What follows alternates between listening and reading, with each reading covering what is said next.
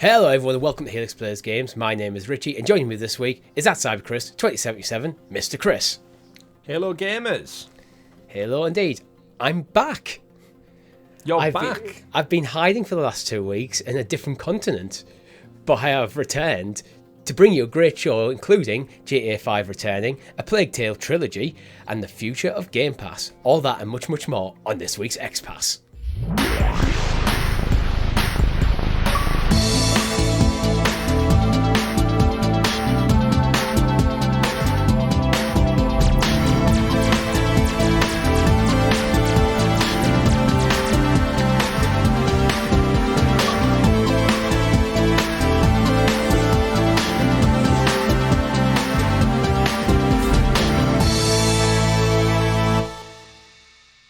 But before we get into it, if you haven't already, make sure you like the video, subscribe to the channel or your podcast feed of choice with notifications kept on, so you're kept in the loop of all of the great content here at Helix Plays Games, such as our other podcasts, Talking the PS, where we break down all the PlayStation news happening on the blue side of gaming.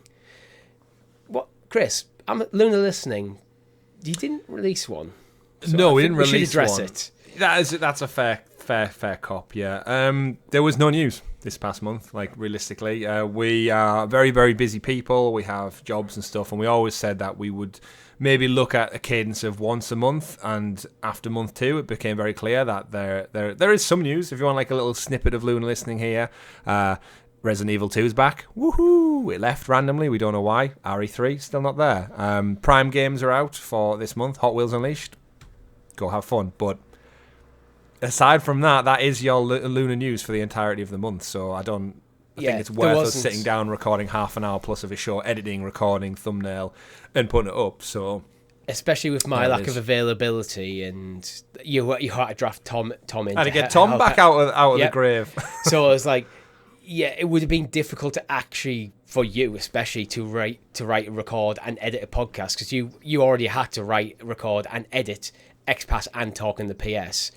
And you've got a 4-month-old daughter, a child who and needs a a dad, and a life. Yeah, and I've got games to play as well. Yeah, so, and your usual busy, partner busy. in crime was busy catching the New York sun. So yeah, and everyone was great and understanding. So yeah, we do appreciate your patience out there. We'll hopefully get some news this month. Maybe we'll take the number off the show and just put it as like a news bulletin thing. We'll see. Yeah, we'll figure out what we want to do. That we still want to cover Luna, but there has to be stuff for us to talk about. Yeah. We also have a live streams where Chris played Arkham Knight on Luna. I did, and weirdly enough, it's doing great. It's got over like 200 plus views, so it's ticking over nicely. Pre-recorded as well. It wasn't live, so it didn't usually have that like live boost that the thing gets. Batman Arkham Knight's great. Did have some difficulty like broadcasting it in Luna, because when you go full screen, you can't do it in a web browser. You have to try and trick it into thinking it's inside a Chrome browser. It's a whole thing, but I won't get into it. But yeah, game's great, runs great. Hopefully we get the rest of the trilogy on there before Suicide Squad drops. Hopefully, because I want to start with Arkham Asylum. Mm-hmm. Yeah. That's one of the reasons I've been holding off. The other part is laziness. But our live streams should be returning to you this week, probably either Thursday or Friday. We haven't figured out what we're going to be playing, who's going to be on. We'll need to talk to Rob, see his availability. Is anything we want to play? But as always, just let us know if there's anything particularly you think we should be playing in the comments below, on our Discord, links in the description. We are on Threads as well. It's at Helix Plays Games. Yeah, Helix Plays Games. Yep. Same as Twitter. Yeah. I haven't figured out Threads myself yet. I haven't even looked at it yet. I've downloaded the app. I've got that far. Hey. Threads was one of them things that just suddenly went from not existing to suddenly everyone's talking about it. Like when I was like on holiday, I was like, I just can't be bothered to look at another social media thing right now. You're on holiday. You don't need to. I'll look at this when I'm back in England, which I am now. So, before we get into it, Chris, been playing anything interesting? I've been playing. This one's for John out there in the comment section. Final Fantasy on PlayStation, still 16, because it's a fantastic game. And if it was on Xbox, I'd still be playing it on PlayStation, so how about that? And I guess that's all I've really had time for. I've been away with work. I've been, obviously I pre-recorded my Arkham Knight first look like a week or so ago, so none of that. Over on Xbox though, John, on Xbox, I've been playing Hi-Fi Rush still. Really enjoying it. I'm chipping away. I've done another 2 stages on that using my Razer Kishi and my phone on the move. And I really want to see Hi-Fi Rush out. I think it's going to be one of my little kind of like, I don't want to say indie games because it's from a AAA studio, but it's an indie game in all but developer, essentially. And I think it'll be in a lot of people's Game of the Year conversations for like whether it's artistic choice or musical score, because there's a lot of unique songs in there. But yeah, really enjoying Hi-Fi Rush, so I'll probably see that one out. And we've got Exoprimal coming this week on Game Pass. This week I think it is on Game Pass, so probably dabble into some dinosaur killing over on that one. Yeah, it might be the stream this week. If not a massive week for gaming personally, but yeah. Yeah, I mean, for me, despite it being 2 weeks since I was last talked to you guys, I've basically played nothing. I played a bit of Zelda. I did attempt to play a flight simulator in an airport, but airport Wi-Fi was absolutely atrocious. I tried. I even tried to play Planet Alana. I was like, Planet Alana was playable, but you know when you get the weird scan lines on xCloud, it was almost perpetual. It was like almost scanning and then starting again. So it was like it didn't feel bad, but that was just annoying me. It's like, okay, I've given it a go. Where's my Switch? Do you know some of the games that the retro games like Sonic and stuff, when they've got like you can turn scan lines on for that nostalgic feel? A perfect game to play through xCloud and a shitty airport Wi-Fi would be a game with the scan lines turned on, and it would just blend into the scan lines. The scan lines that you would get on a CRT, which are actually moving quite quick and doesn't actually. It just changes the aesthetic a bit, and then the scan lines when you get the slow black bar moving up and down the screen. It was just like, it wasn't going to be a great experience. So I just chipped away a bit of Zelda. Nice. I finished Planet of Lana. Finished it. I thoroughly enjoyed it. Yeah, it's one of going to be my indie game of the year so far, I think. We actually should have a discussion at some point about our game of the year so far, because we are now officially into July. We're past the halfway point of the year, and it's been one hell of a year so far. And I've not even had the time to play Dead Space or Resident Evil 4 remake, but obviously we've had Hogwarts, we've had Jedi Survivor, we've got Final Fantasy now on PlayStation, John, and a bunch of other things. So what are you going to do? So one thing my dad did actually, not on Xbox, on PC, but via my Xbox gamer account, he did actually apparently fly, because he's a big flight simulator fan. I've talked about it before. He actually flew my flight routes. So that was pretty cool. Yeah, when I went to see him, when I got home, he was telling me, he flew the routes. Because I give him all my flight details, because he was actually picking me up from one of the airports. So he knew what flights I was going to be on, so he flew the routes. That's cool. So he wasn't in a jet fighter trying to shoot you down? Not that I'm aware. It's like, there he is. There was no turbulence. I had a pretty comfortable flights. On the way out there, actually, I had an entire row to myself, which is nice.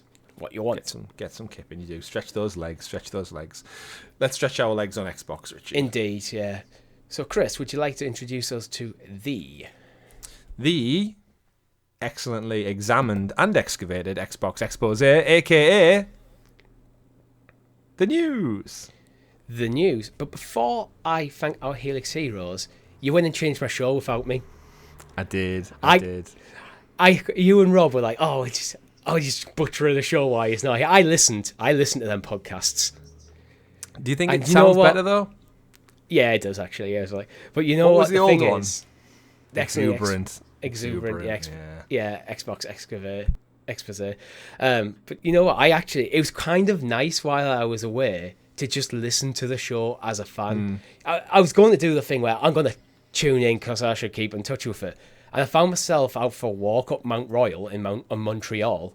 And I was listening to XPass. I was like, I'm just genuinely enjoying this show. So I put Talking to PS on immediately after. Ah, so that's good. Well done, guys. Good to know. Because we actually have a few friends who listen to our show. I think that's how they keep in touch with us, almost like by proxy, Luke. But yeah, in terms of the content, I know. No, he listens. I'm saying he'll hear that. You said that was like a bit of a dig. No, Luke. I know he's just listening in the background, just like John is. John and Luke, Bible folk out there. But Richie, we love talking about video games, and it's been different not having you here because we've done so many weeks back to back. And I know we've been on holidays and stuff when we've recorded, but it's the longest you've been away for. And we've shout out to Tom for covering on Talking to PS, and shout out to Rob, of course, holding down the fort. to talk all things Xbox. Yeah, hopefully we'll get into it. And like I said, we'll start our live stream out this week. And I think I said on Talking the PS, I'm ready to maybe start a new series. So if people want to let us know in the comments if you'd like us maybe to jump into Gears or there's something else you'd like to check us out. I think I'm ready for a few back-to-back weeks of committing to something. It could even be a PlayStation game, John. Oh, for those who don't know, John's been in our comment section the last few weeks. He's been a lovely, lovely fellow. And apparently we're frauds for always talking about other platforms. I mean, Richie, how dare you talk about New York on your own podcast that you make and you run and you do the notes for and you publish? How dare I wear an awesome Legend of Zelda t-shirt, which I bought in New York from the Nintendo store. Yeah. So we have a wonderful community out there. We have some fantastic Helix Heroes who do support the channel. And if you've made it 10 minutes into the show, that was 10 minutes you could have got back in your own life to go and play some Xbox. And as I was about to say, our new section is brought to you by our Helix Heroes, such as in Leeds, who rejoined. Thank you very much. You're awesome. Famous for the Pro Game Monitor back in the Stadia days. And you can be like in Leeds and become a member for as little as 99p. You give you early access to shows such as Talking to PS, custom emojis, and much, much more. Thank you very much for your support. Very much appreciate it. Chris, the future of Game Pass. We have two people who've actually written in about this. So what I think I'll do is I'll read their questions and then we can just delve into it. Wonderful. So Cube Apple asks, if the deal goes through, speaking of the Activision Blizzard King deal, which of ABK's dormant IPs should Microsoft focus on bringing back? And Code Z asks, do you think that Microsoft potentially delayed Project Keystone, stroke being able to purchase games on xCloud to attempt to heighten the chance of getting the ABK deal over the line? So where would you like to start, Chris? Yeah, it's an interesting one. So while you were away, obviously, the court case finished. We don't have our verdict yet. The judge evidently wanted some time, just like you did, celebrating the 4th of July while you were over there. So I'm sure they worked difficult and diligently throughout the long weekend break, celebrating their independence. But now it's winding down. We'll have our outcome. We should know shortly where it is. So I guess the two sides of the coin for Cube Apple's question is, if they do get it, if they are successful, what does the future of Game Pass look like? Because in theory, they will have a slew of titles immediately added to their catalogue. Like, let's face it, they're going to go back and pull out things like Geometry Wars and maybe even DJ Hero, King's Quest, Hex and things like that and throw them onto Game Pass. We saw it with Bethesda, right? As soon as they acquired that ZeniMax, for every Fallout game, and it just immediately dropped. Well, anything that is already compatible from the original Xbox up will be probably just ported almost immediately. Some of the other stuff might need some porting, but I'd imagine stuff would come anywhere. Mirror that across. But Activision did, pre them just tripling down on Call of Duty, did a lot of like licensed title publishing, stuff like movie tie-ins, Spider-Man, stuff like that, which I'm not sure we'll actually see come over. No, like James Bond, they did a lot of the older James Bond games with Daniel Craig and stuff, and I think that licensing is inevitably with Sony, ironically, who own the Bond franchise, and MGM, who are the movie producers on that with the line. I mean, so you probably won't see that anytime soon. Just like you can't buy them, Richie. I had difficulty this past week, I should caveat all. I wanted to play Indiana Jones and the Staff of Kings after going to see the movie. Quite enjoyed the movie. Nice fitting end for Harrison Ford and Indiana Jones. And obviously we've got the Indiana Jones game coming from the makers of Wolfenstein Machine Games. So I was a bit hyped and I thought, where can I play these games? So I had a look on the Xbox app and it was there. There was 2 Lego Indiana Jones games. Not in the mood for a Lego game at the moment, so I thought I want to play an Indiana Jones game. And unfortunately, Richie, it's in the store. It's in the store, but it's not purchasable. So I couldn't play Indiana Jones and the Staff of Kings. It's been probably delisted at some point in the past. Something to do that. So I had to go and buy them old school. So I trekked myself. So I've got Emperor's Tomb and Staff of Kings on PlayStation 2. Physical version, which I'll go and check out at some point. They basically look like Uncharted, but which Indiana won't work Jones. on your Xbox Series S. No, they won't. But I did look there first. So that was my first part of call because I just wanted to play it on my current console. And so I don't think they're going to get the licensing things. If it does go through, though, they'll get all that back catalogue, which in turn means like Crash Bandicoot, the Spyro games, which they do wholeheartedly own, will become free. So Insane Trilogy, Spyro Trilogy, Crash Team Racing, maybe even Crash. I can't even remember it. What's the current one that's just launched last month? Team Rumble. Team Rumble, yeah. The bad CTR. We can split ABK into like literally its 3 components: Activision, Blizzard, and King. King, there's going to be good mobile games come out of this, probably under Microsoft. This is going to be the money spinner for them. And as neither of us are really into mobile games, I think we'll leave the king part for people who for more Candy Crush. For more people who are versed in that sort of stuff than we personally are. We know I don't think there'll be anything come back because I don't think anything that's been a decent money spinner for King has ever left. So Blizzard, they've got 4 main IPs to my mind: Overwatch, Warcraft, Diablo, and Starcraft. World of Warcraft is still going. We could maybe see a return to maybe a RTS style Warcraft game. Well, that's in the long run rumour being a console port of World of Warcraft, like classic. It feels, I don't know. It feels maybe that's too. That I feel like the opportunity for that has probably passed.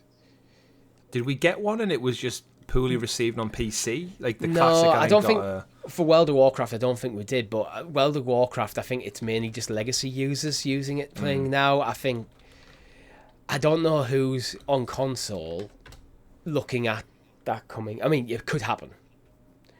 It could go over Game Pass, and that could be a cool way of like breathing some fresh life into it, especially with Warcraft Classic being out. So there's mainline World of Warcraft and there's Warcraft Classic. So they kind of rebooted it already anyway. Yeah, 2019 was Warcraft Classic. It was running alongside the main version of the game. Classic recreates World of Warcraft in a state it was before the first expansion, the Burning Crusade release. So you're talking just OG World of Warcraft, but not what I'm thinking, which is it's a console version, which that would be a big announcement, I think, just for the nostalgia and like coming to Microsoft Xbox Game Pass day one. It could do something. It might be in Microsoft's best interest, but I don't think it would be a high priority. I think you're most likely to see that come to PC Game Pass. If you have PC Game Pass, you now have the all but one expansion of like World of Warcraft, so you still have to buy the newest and do it that way, but you get your sub paid for, that kind of thing. StarCraft is seemingly still going, and eventually we'll get another StarCraft game. It's not. None of the Blizzard IP are really dormant. Obviously, Diablo's crushing right now. They're like a Dawn Volcano. They're still active, but they move so slow. Yeah, you don't really notice them for decades at a time until they erupt and something crazy happens, like Diablo. Yeah, I would. To be honest, if I was Microsoft, I wouldn't mess too much with the Blizzard element of it. I would just kind of let them crack on, because what they're doing is largely working. A lot of controversy, but there's a lot of controversy over Activision Blizzard King as a general organisation. So maybe you sort out some of the internal problems that the studio's facing, but in terms of IP and what games they're making, I'd probably just kind of leave them alone. However, don't be too hands off, because look what happened to Redfall. Yeah. Like, don't be too hands off. Get in there, fill in the team, and just make sure they're doing a good work still. But as they're just proven with Diablo, they still know what they're doing when it comes to making games.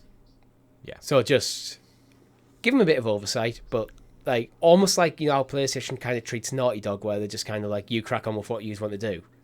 We'll keep an eye on things and help you out as you needed. Just kind of do that kind of thing. Well, they did that, and then Bungie came in and said Factions isn't going to work, sorted out. So yeah, but that's Naughty Dog trying to do something out of the wheelhouse. So anyway. Definitely. And we know obviously there's possibly going to be some restrictions on. I mean, I guess if the deal is approved and goes through, Sony didn't agree to those 10-year deals they offered. So if it goes through, they can do what they want. They could put Call of Duty on Game Pass, the entire back catalogue, just in one fell swoop. Microsoft Sony didn't want the deal. They could pull that deal off the table. As far as I'm aware, it's still on the table. But if they win, they don't need to, right?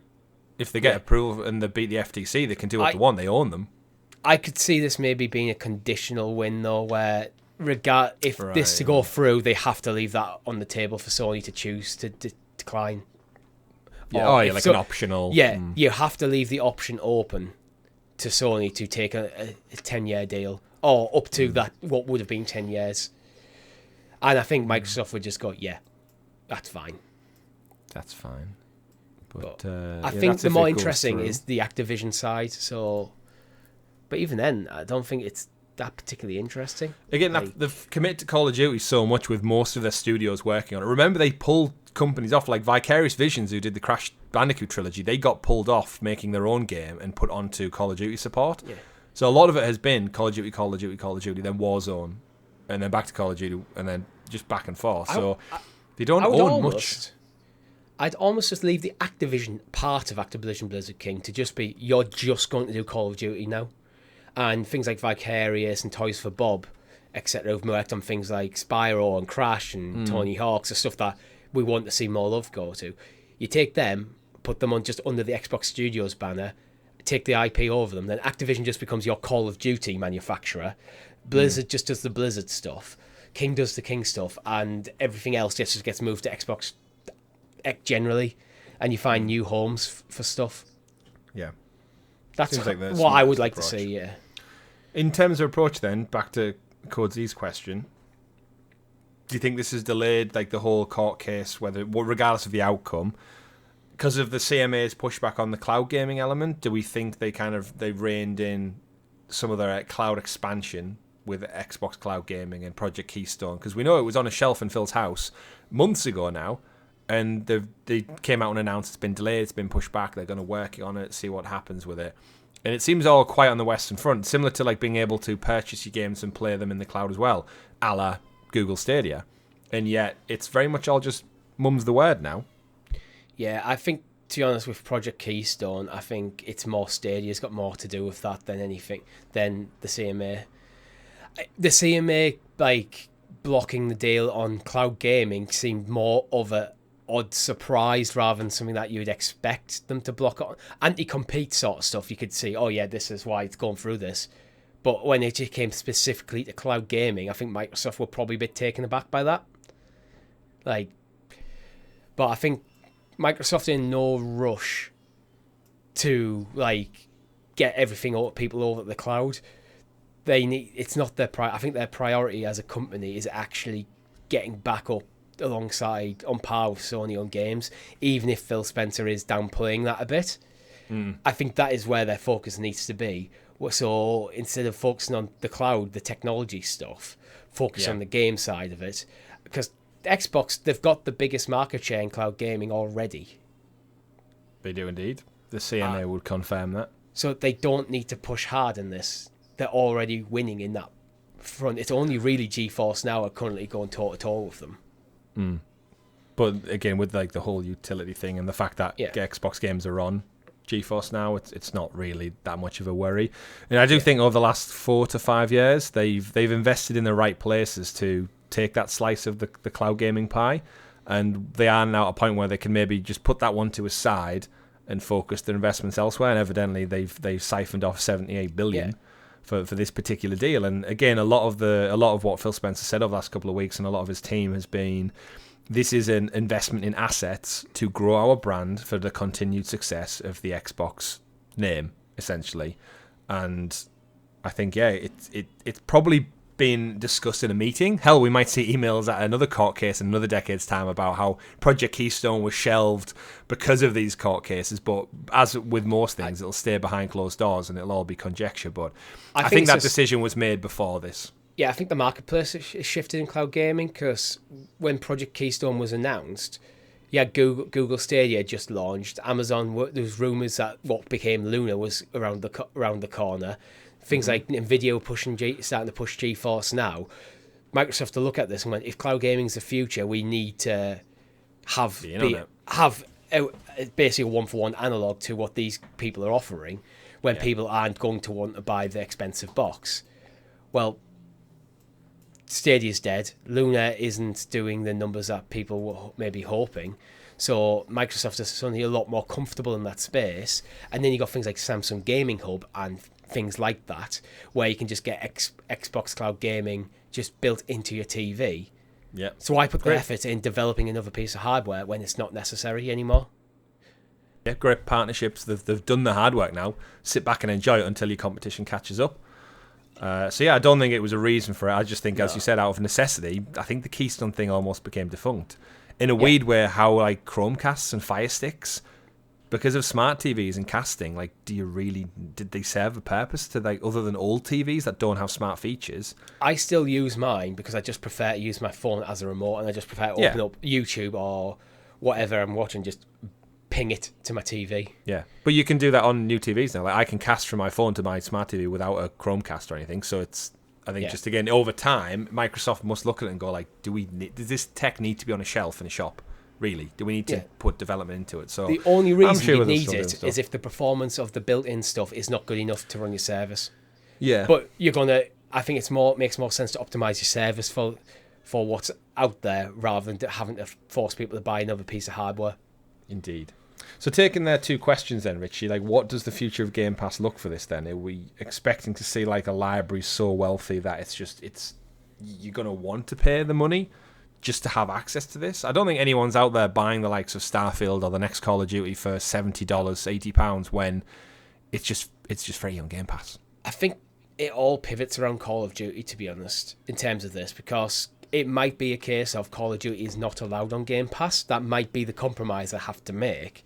Mm-hmm. If Call of Duty was on Game Pass, Xbox All Access becomes for the sort of gamer who pretty much just plays Call of Duty, maybe picks up FIFA or Madden, that sort of gamer. Then Xbox All Access becomes by far the best way to engage in games. Mm-hmm. And Sony, if you're that sort of gamer, then in that scenario, Sony doesn't even get looking in my view. But we've had our Xboxes for like nearly a year now. Mm-hmm. Have you bought a game outright yet? Yes. Xbox? I bought FIFA.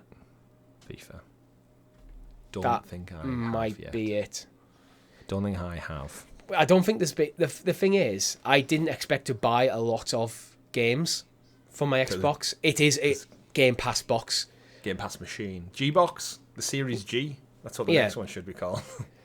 I think I have my PlayStation. It is, despite being the host of an Xbox podcast, my actual preferred console, just out of legacy more than anything. I still love my Xbox. So, and this is why I went for the Series S, because if it's a third-party game where I want to get the best sort of power behind it, I already have the PlayStation 5 right. It's literally sat next to my Xbox. Yeah. Like, in fact, in shot, you can't see the Xbox, but you can see the PS5. But the Xbox is next to it. How dare you crop out the console that's relevant to the show? Yeah, but I assure you it's there. I can see it. See it. But in terms of the future of Game Pass, then, if the deal doesn't go through, does this potentially screw over Microsoft for what they were hoping the content would be like on Game Pass? They were hoping to have an annual Call of Duty game going free. That would keep the numbers. If you think those casuals you mentioned who play, I mean, we call them casuals, but those gamers who play Call of Duty, they buy a console or just Game Pass in, say, October when Call of Duty launches next year. How long do they play Call of Duty? If it's every month, they're going to keep Game Pass for every month, because over 12 months, it'll have cost them, $120, £120, give or take. And yet they've had Call of Duty and everything else consequential to that for literally barely anything, without a down payment, without buying it outright. And every other game that's came along, and the Starfields and the Forzas and the Halos, everything in between, as well as the game they're only going to play anyway. So that value becomes unprecedented. But then if you don't have Call of Duty, what do Microsoft have to do to keep Game Pass ticking over? Do they take their billions of dollars and do they look elsewhere? I mean, are we assuming for this question that they have bought ABK but Call of Duty can't be on Game Pass, or they haven't been able to buy it? The whole thing's just done in. Like, it's been rejected. They've thrown in the towel and said, you know what? If we can't get it without stupid restrictions, or they've just FCC have straight up blocked it. That's their biggest market in America that they don't have access to. The UK has put a kibosh on it as well. So do they just take the billions and go, right, who else? Ubisoft, Square, Sega, all the people we've discussed on previous weeks. They did go through and like consider these things. I mean, Sega basically told them to get stuffed. In the nicest way. It might just be you just stay the course, and Microsoft do have some good IP, and they are constantly trying to develop new IP. They just need to get some hits under the belt. Like there's a lot. I think there is a lot of pressure on Starfield now. In fact, this deal going through takes the pressure off Starfield. Yeah, but that's it. If it doesn't, do they have the content to keep it afloat? Like Netflix and Disney Plus struggle with like repeat content to keep people resubscribing every single month. I think they have the potential to have the content as it is. They've got enough studios, enough fantastic developers. They just need to they need to not make more Redfalls. The conveyor belt is stacked. It just needs to start moving now. They need the next Halo to be an undisputed hit. Likewise with the next Gears, stuff like that. These legacy IP that people are beloved from Microsoft, the next Flight Simulator is going to move the needle for them because of how well the last one's done. They're not in a terrible position. Yeah, I know they're third place, probably by one way, but they're not at any sort of risk of like demise. Oh no! Well, like Phil said in the court case, it was like even though we're in third place, this like Microsoft Xbox ARM division still makes like 4 times more than they did back at the Xbox 360 days. So like even though they're not winning, they are still winning financially in terms of the business world and making profit and revenue. And they keep saying Game Pass is profitable, so that's as it is today.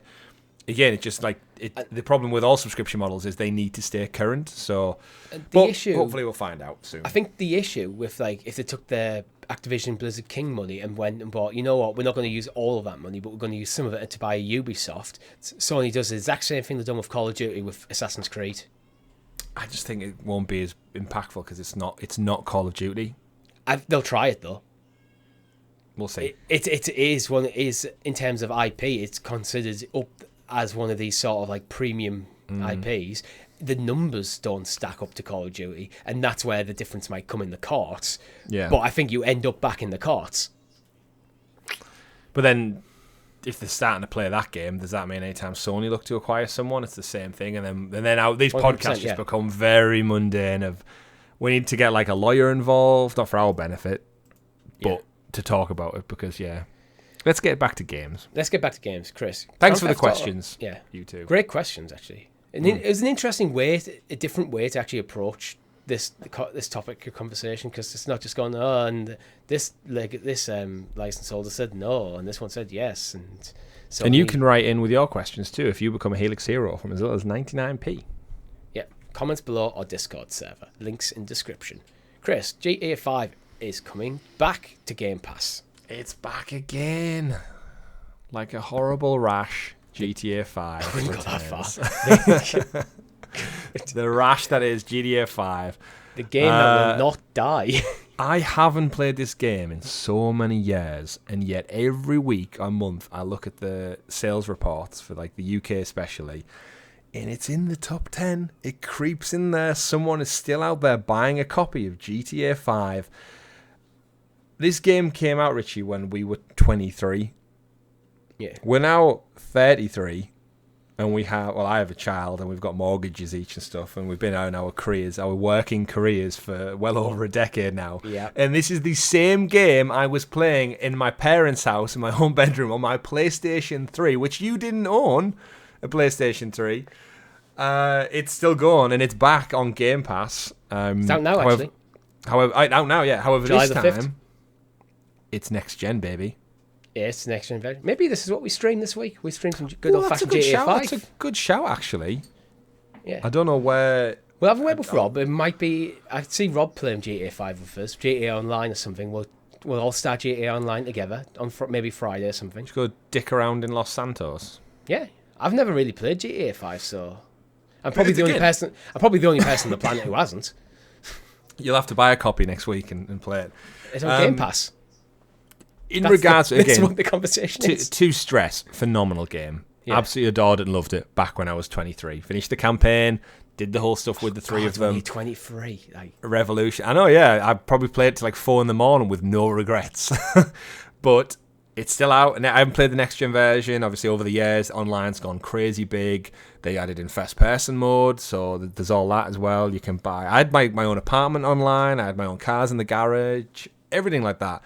I don't think my save file will be anywhere unless it's logged into Rockstar, perhaps. But that'll be a bit of a nostalgia kick if I open it up and there's my character and I'm like, oh, that's me from 10 years ago, still in the Rockstar servers, like ready to go again on next gen. But it's an interesting one because we always say with Game Pass, like stuff leaves, and that kind of like it's troublesome if you don't play it in the moment, or there is a chance like you're halfway through a game and you don't get back to it and it drops off the service. They usually give us plenty of notice though where it's due. But yeah, big surprise. One of the biggest games on the planet is back on Game Pass, and awesome.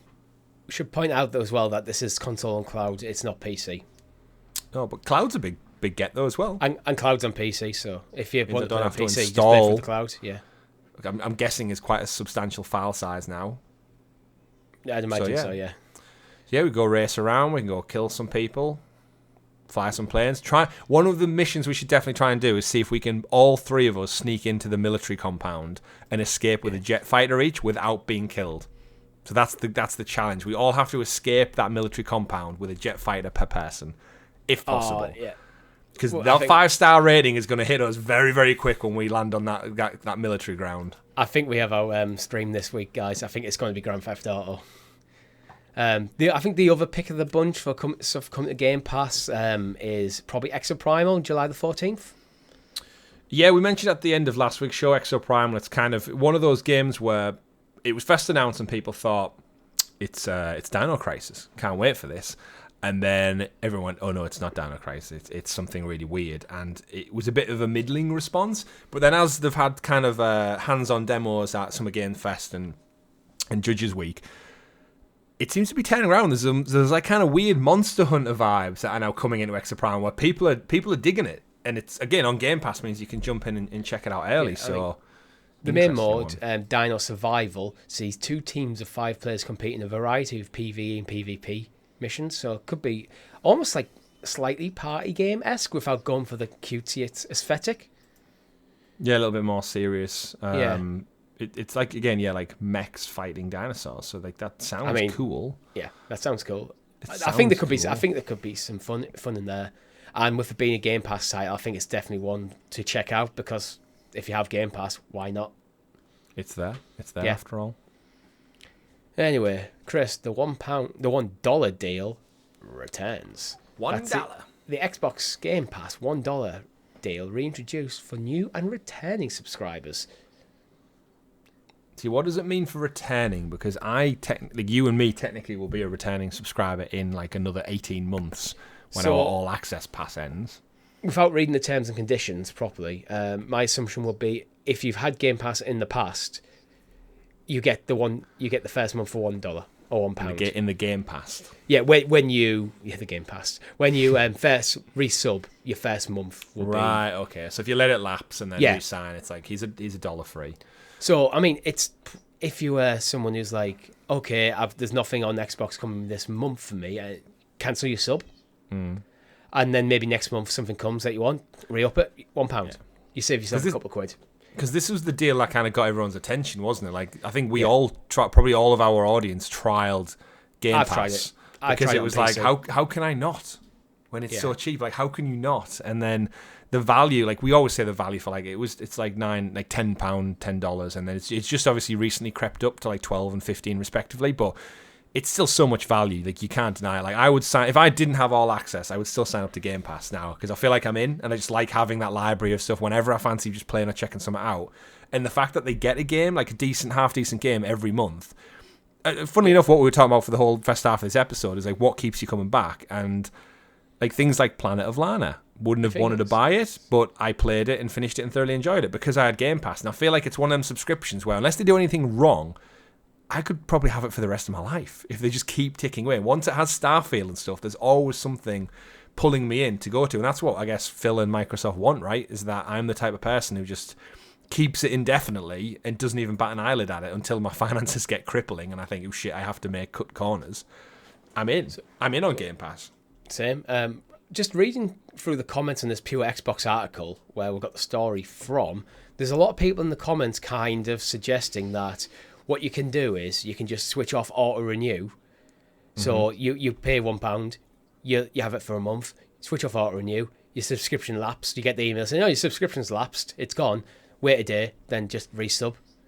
And you could, as long as this trial exists, theoretically, you could perpetually have Game Pass, barring the odd day at the end, one day at the end of every month, for like £1 a month. Yeah. However, I will say your mileage may vary on that one, because I have not verified this. I've not read the terms and conditions. That feels like something that could be a breach of terms of service. Yeah. But I've seen a lot of people complain this week about the ratio of Game Pass as well, saying that because of the price increase, the dollar to value ratio for games isn't as good as it used to be. And I'm thinking, it's like, still amazing. Like, well, that's it. Like, even if it, like, you could put Game Pass, like, you could double the price in theory. And it's still just purely, like, for this year alone, for Forza and Redfall, Redfall, I guess maybe, but for Forza and Starfield and Hi-Fi Rush, that would have set you back like £150. That's more than you would have paid for a year of Game Pass. However, in between that, you've got access to all of Gears, all the Halo back catalogue, all the interstitial games like Exo Primer, like Plague Tale Innocence last year. You've got access to all that. So the value is indicative of you're getting a shit ton of games and a back library for very, very little. To buy just one AAA game is $70 to $80+ nowadays. So, and it gives you the opportunity to try some new stuff as well. Yeah, but and yes, the ratio has gotten worse. But some people just want things for nothing. The amount of people back in our Stadia days, I'd see in the Facebook groups wanting an account share just to like save on like a tenner to buy a game sort of stuff. It's like feels risky to ask a random stranger on the internet to share their game accounts. Yeah, that's all right. Anyone got a login for that? I own these 5 games. Do you want to share it with me? We'll split the bills. It's like, I'm not trusting my bank details to anybody. Yeah, I get that. I do get the ratios worse, but I do actually want to see game developers make money because that way they can make better games. They're less willing to do things like crunch. They're willing to take the time more to make the games good. They've got the resources, all that sort of stuff. Indeed. As long as it's going back into the development into the hands of the staff who are actually making the games and not just some CEO investors' bank balance. Yeah, and the $1 deal is purely like a marketing ploy, isn't it? It's like, oh god, yeah, that's just promote to get you in. But as I already said, you can potentially game the system. I mean, yeah, you could if you wanted to. Just like you promos for emails. Like you could go out there, waste all your time creating 50 different email accounts just to get new customer vouchers. But who's got the time? Who's got the time? Is it the modern equivalent of AOL CDs back in when we were kids? Yes, it is. Is you just spend the time, but it's like why? As a functioning adult, just pay the value difference and enjoy your games, folks. I mean, Chris, you mentioned Plague Tale. Mm-hmm. What would you like to see in a third Plague Tale game? More of the same, really. Like that's what I love about the Plague Tale. Like I've got the platinum trophy in both 1 and 2 now. Innocence and Requiem. Story was fantastic. Thoroughly enjoyed them in both. Story had like a nice kind of like ending in number 2. However, that world and that kind of era and the gaming mechanics of Plague Tale, it just ticks every box for me. Like it's so close to like Uncharted and like that the Tomb Raider, like that third person action adventure game with a story. And the difference I found with Plague Tale is just like the visuals, the characters, like the voice acting was superb for these two. Like the two main, well, actually all of them actually in the sequel specifically. But it's just one of those games. Like, I think a trilogy would serve it well, and I do hope Plague Tale just continues and it just becomes a series. Like, I hope they don't even stop at 3 because I'm more than happy to have more experiences in this world. And the team of Sobo who do it, they're onto something with this, and it's been their biggest franchise to date. So just keep doing what they're doing. The production value is great, and yeah, I'd love to see it. Why do you ask? I mean, this is a story from Windows Central, and in their What You Need to Know section, they've got 3 bullet points. 1, Plague Tale is a series of games created by Asobo Studios. Mm-hmm. Point number 2, Asobo has been recruiting on LinkedIn for Plague Tale team members, which this is where the suggestion that a third game might be on the horizon, or at least in the works. And the third point is, in October they stated they felt this entry was the potential end, but given the player reception, that could change. So they've wrote 2 to be like kind of the end of the story. Yeah. But, so do you think a Plague Tale 3 could focus on different characters? Or do you think it has to stick with Hugo and Amicia? I was trying to remember her name there. Well, I won't give any spoilers away, but in the sequel, you come across a lot of new characters who are introduced. The team gets bigger, essentially. And there's some great characters in there. We meet some interesting people along the way, but they do a really good job at just introducing new people along the journey. And I feel like as long as you've got Amicia as your protagonist, then whoever she meets along the way, makes friends with, enemies with, whatever it is, it doesn't really matter. I don't think it's not a franchise. Like they have the core crew, but you could just add one on, take one out, and it wouldn't make a difference. As you're exploring the world, I always feel like it was the world that was so entrancing for me. And I know they said there's an end to the story, but it's not an end. There is like a Marvel credits teaser thing, which is like, oh, they're not done. They're not done. Yeah. And obviously it was nominated for 5 Game of the Year categories last year. and one of my favorite titles of last year. So it's getting some traction, and the sequel was definitely more wider known and received than the first one. So then why wouldn't the third one be even bigger? So yeah. Yeah, it feels like there's a lot you could do with it, but I think this is a kind of Naughty Dog Last of Us situation where only commit to a third game if you've got the story there. The world's there, the world's rich to be explored. Undoubtedly. But make sure you've got, because these are very story-driven games, just make sure you have that solid narrative to tell. And I wouldn't like a third game to feel like they've just been forced into it because of sales numbers. It feels like if you've got the story, you've got the passion for the project, then go do it. Absolutely. It's one of them where this is a studio that I could have seen. I know we've talked about acquisition types. This would have been if they didn't go gun-ho for Activision Blizzard King, these would have been a fantastic studio for Microsoft to acquire. Like, quite a small studio, not many heads. They've got like now a track record of 2 games that I think Microsoft need in their portfolio, which is a third-person action-adventure story game. Plague Tale could be Microsoft's Last of Us. I think it is a franchise that has similar sort of potential. It's dark enough in some regards. There's some brutal stuff in the sequel that you're like, oh. Yeah. The writing's really good. Like, it's an interesting concept. It's quite a unique concept. It's a third-person action, it's narrative-driven adventure game. It's ticking a lot of the same boxes. It's gorgeous. It's gorgeous, yeah. But did you hear how for Final Fantasy I was saying how it really got me into it because the young lad who voices Hugo voices Joshua in the opening credit in the demo. When I was playing the demo on our stream, I was like, I recognise the voice. Who is it? It's like, it's Hugo. Yeah. And then because of Joshua's character in Final Fantasy, in my own mind, I'm like, it's just Hugo in a different world. He has a problem. He can't control the powers. There might not be rats, but there's something here.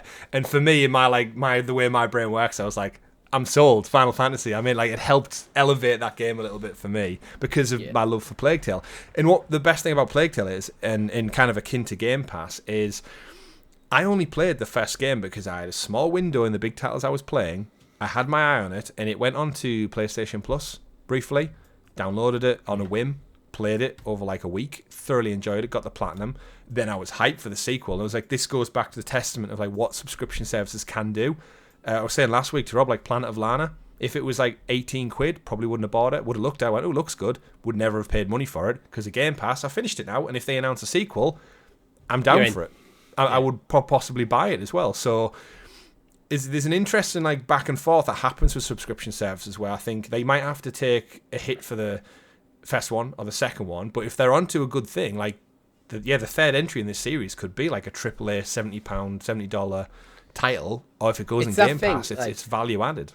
I played Innocence on your recommendation, like probably on for this show, or maybe Sounds of Stadia Talking to PS. One of the shows you recommended that I play Plague Tale, and then it came to Game Pass. It might actually be. Had we already started XPass at the time? Yeah, we had. Yeah, so it would have been on XPass.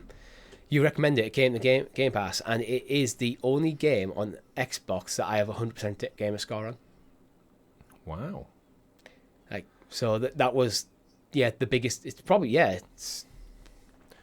And you're still waiting on a frame rate patch for the second one. Yeah, well, that's it. At the time, I'm like you, where I'm not 100% every game needs to be 60 frames per second. But after playing Innocence at 60 frames per second, then immediately start booting up Innocence, then Requiem, it felt jarring and a bit clunky, and it's like I need to take away. I need to be away from this a bit because it was just it didn't feel as good to play, despite being visually stunning. So it's like, interesting. I think if I went back now, I'd be fine.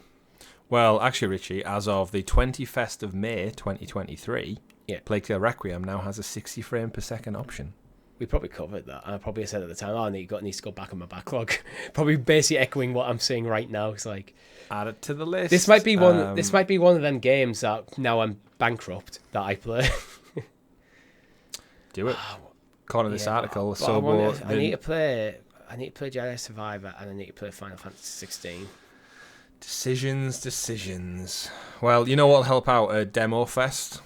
Yeah, indeed. So we got a Demo Fest for ID at Xbox Showcase coming on the 11th to the 14th of this very month. Yeah, I think that's something like we've not really covered, but by the time we sit down and record next week, Xbox will have had on the 11th another ID showcase, which, if I'm not mistaken, Hi-Fi Rush was announced as a stealth drop at the last ID at Xbox.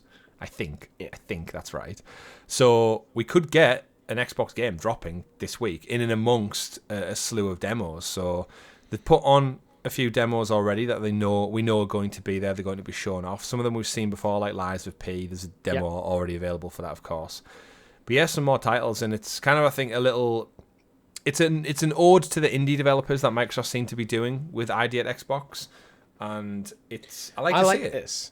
I like them giving their indies just their own space, because I think sometimes in a major showcase, the indies get overlooked because you're looking for, what's the next Halo, what's the next Gears, what's the next Flight Sim, what's the next this, what's the next that, and then you overlook something like Demon School, or you overlook Sea of Stars, or The Wandering Village, or Wordless, which is the other 4 titles that we've heard of, like that we're already aware that are going to be at this, but there's apparently over 40 games.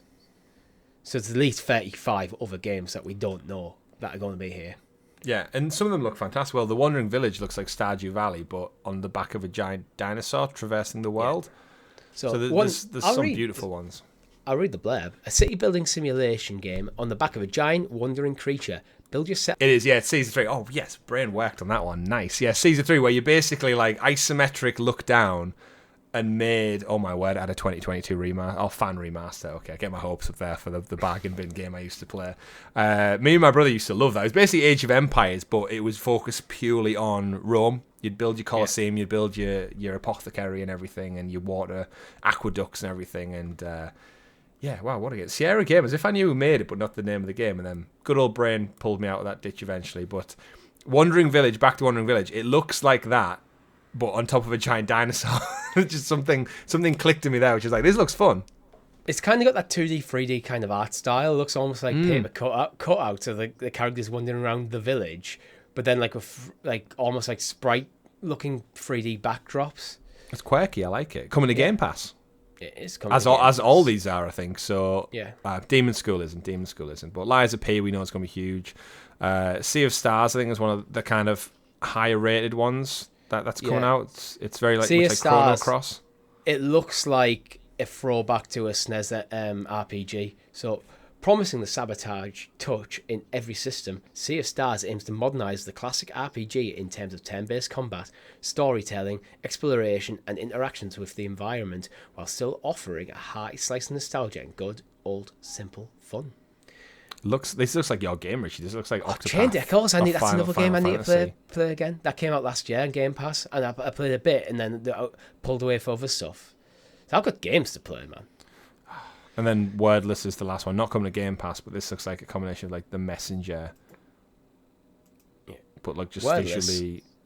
Wordless is a stylized 2D action platformer with innovative combat and mind-bending interpretive narrative. Players will walk the line between physical and astral planes within a shapeless world, embarking on a journey of self-growth and understanding. Featuring a great variety of enemies, bosses, and skills to unlock, and several abstract yet beautiful areas to explore, together with curated... I almost read that as custard. I don't know why. Curated sound effects and the magnificent OST composed by Belenist Grease, who wrote the soundtrack to Grease. Wordless will make players feel immersed and challenged while they walk their path to a new beginning. Yeah, it looks great. It looks like almost like if Tron met The Messenger. And it's from our friends at Coatsink as well, so shout out to them and Thunderful Games. But again, by this time next week, we'll have like 40 plus indie titles that have been shown off. A big chunk of them which will be coming to Xbox. And fingers crossed, we get something that drops is anywhere near as good as Hi-Fi Rush, because damn. I mean, quick one, Hi-Fi Rush could have almost come to other platforms before Xbox's acquisition of Bethesda. Yeah, that's no surprise. I think we've kind of discussed that a little bit with Ghostwire Tokyo and Deathloop, how like they were locked in for PlayStation, and you'd imagine, we know Sony were looking at Starfield as like their next potential like lock-in for an exclusivity deal, so you can imagine Ghostwire and Tango Gameworks were like also going, hey, we kind of have this little game called Hi-Fi Rush we're all working on at the same time. Do you want that as an exclusivity? Like, where does the back and forth go? But hey, it's in a Game of the Year contenders for a lot of people on Xbox, so... Yeah, I think anything on the, like, anything ZeniMax produced over the last few years and probably the next couple of years could have theoretically been multi-platform. Like, yeah. I don't think we need to read too much into that. There'll have been an Xbox version. Let's round out the show with another listener question. Hjorvar writes in in our Discord. Matt Booty, head of Xbox Game Studios, just said modern AAA games will at normal speed 4 to 6 years. Corey Barlog, Sony Santa Monica, agreed with them and talked about the big games will take 8 to 10 years to make. What's your feeling about this? Well, to echo that, Sean Layden, on his exit of PlayStation, said that AAA games are becoming unobtainable in terms of like price and development structure costs because they cost so much to make. The return on investment is becoming lessened, and that hence we've even had a price increase recently. And we know actually from last week's leaks that The Last of Us and Horizon cost £200 to £220 million to make with the staff overheads and the marketing. And depending on how many millions of copies sold, like the profit margins are getting slimmer and slimmer, and the time to make them. Like Corey Barlog, his big thing was like he wanted out of God of War because he doesn't want to spend 10 years of his life making one game or one franchise. So it's going to have a big impact. And I think this is why Microsoft are also looking to acquire more studios, because they need the numbers for Game Pass. Yeah. And if it takes 5+ years to make them, again, look at Rocksteady with the Suicide Squad game. That's like, I was playing Arkham Knight, came out in 2015. That was their last game. 2015 it came out. So the amount of cost they've sunk into Suicide Squad, and yet if we need a new game every month on Game Pass, you need a lot of studios to keep that conveyor belt stocked. I think that feels one there. They've probably got caught up chasing trends, and the marketing team and sales team are pushing them to add features in, and just end up with a broken mess of the game, and the firefighting have to start from scratch. All the sort of chaos is when, rather than having, here's a clear vision for a AAA title, we're just going to execute on this vision right from the beginning and trust that the game's going to be good enough to sell. Yeah. But I think you're right with Microsoft buying so many studios, because that means you can produce that like top tier AAA game, and if it takes a studio 10 years to put one out, it's a lot because you've got other studios putting them out. Yeah, it's a lot of planning and scheduling to hit those deadlines, because games get delayed as well. Like shit happens, and they might not be in there. And Hjorvar points out, like, do we need AA studios? And I think, I actually think a better acquisition for Xbox might have been the Embracer Group. I think just for the sheer number of AA they could have brought in to pad out Game Pass. There's almost something to be said for just starting to acknowledge some games are quadruple, because AAA is a huge spectrum of games nowadays when you think about it. Where if you added in, say, a quadruple A category for this is going to be your God of War's, your Last of Us, and then your AAA is more something like an Assassin's Creed, which are very good games, but not quite that sort of level that you'd expect from a Sony first party sort of thing. Maybe that's where I think they're talking here between normal and big games, where the normals is more of an Assassin's Creed, a big game is a God of War, where there's that extra level of polish and all the fine details throughout the game. Yeah, and that's what it all comes down to, and that all comes down to money and how much you can spend. But I think Microsoft and Phil Spencer's goal is to have one AAA first-party studio game every quarter. So every 3 months you get that, and the 2 months in between you'll have a AA like Exoprimal, for example, or Saints Row, or something like that, or just whatever else they can squeeze out. Continually dropping on Game Pass. Yeah, with a sprinkle of indie games on top, and like that's your ideal Game Pass month, because every month isn't going to be a banger. And then there's third-party stuff as well. Yeah, if it comes to Game Pass. You're being attacked by your blinds, by the way. They want to break free from the shackles of your window frame. Well, yeah, we're wrapping up the show now anyway. So, like last thoughts on the question, Chris? No, I think he's completely right. Yeah, I think they need to pad it out, and I think there is a worry that it's becoming too far stretched. And when you're planning so far ahead for the next decade of your platform, you ideally want to have that in place, and that's why I don't think, even if they land this Activision acquisition, I don't think that'll be the last people they buy, because they'll have to pad themselves out, whether it's like indie games or potential more, which is why I said Embrace. It could have been perfect for them because they would have got like 20 plus studios, 100 plus IP just to do the grunt work to pad out Game Pass, and it would have been much cheaper than 68 billion. My issue with Embracer is they're yet, from my view, to put out a good quality AA game where, you know, Double Fine have like brought Psychonauts and was in the Game of the Year conversation. A AA game can achieve that. Dead Island 2. Oh yeah, I'll give you that. There's That more. Could have been a misses. Game Pass title. Yeah, there's way more misses than hits with Embracer so far. I'm yet to be fully convinced by their the credentials. Well, they have a problem as well, like Microsoft do, is they've acquired all this stuff, but they're yet to see any output from it. Like, bar one or two titles, they haven't really seen the fruits of their labour yet to come out of it. So time will tell on that one, even though they're stripping back. I think for something like Microsoft, if you're getting like one tentpole title, big AAA once a quarter, and then in the months between you're getting stuff like a Psychonauts or stuff to that quality and that sort of reception, then you're in for a winner. So not every game needs to be God of War. You can get smaller. Hi-Fi Rush is a perfect example. Like, this game, it came out of nowhere. Everyone loved it. It's a perfect, you know, it's a smaller title, it's a shorter title, it's a passion project. It ticks people over for a month. Yeah.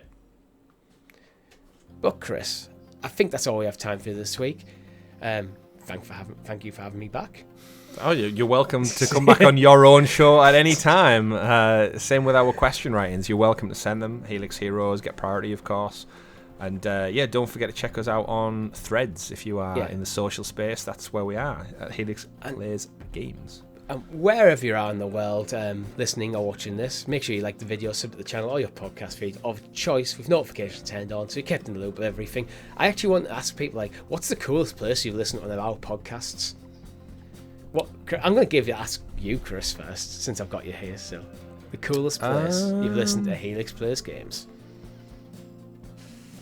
I think as a COVID and stuff, I've only really been away to France. So, probably on like the coach into Disney, maybe? Yeah. Disneyland, something like that. I think I might win then. Yeah, absolutely. Yeah, I've got three choices between Mount Royal in Montreal, the Brooklyn Bridge, or the Manhattan Bridge. I'm sure some people went some fantastic places.